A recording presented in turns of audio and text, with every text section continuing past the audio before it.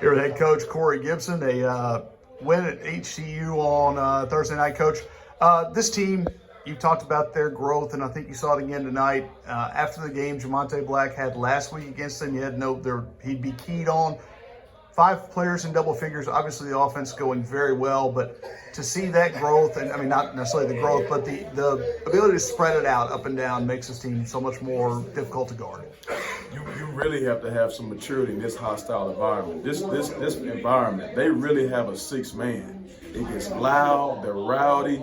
The student section is good. Okay, I was very impressed, with the sportsmanship. But also the hospitality, because they do it, in a way of they don't mean any harm. Okay, it's just, hey, it's Southland basketball. So I'm impressed with how our guys handle that.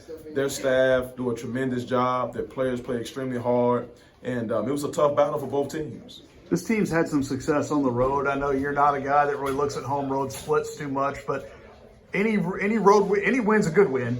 But to do it on the road, in conference, it's not as easy as looking on paper and writing down wins and losses. Yes, sir. We haven't lost a game yet this year, and the reason why is because our guys are still growing and they're still learning. The moment we stop learning, like I always say, that's when we'll have our first loss. But we got to learn a lot from this game, okay? There's a lot of things we got to go back to the drawing board with. We got to make some corrections, and we got to make sure that some things that we did wrong, it doesn't become habitual.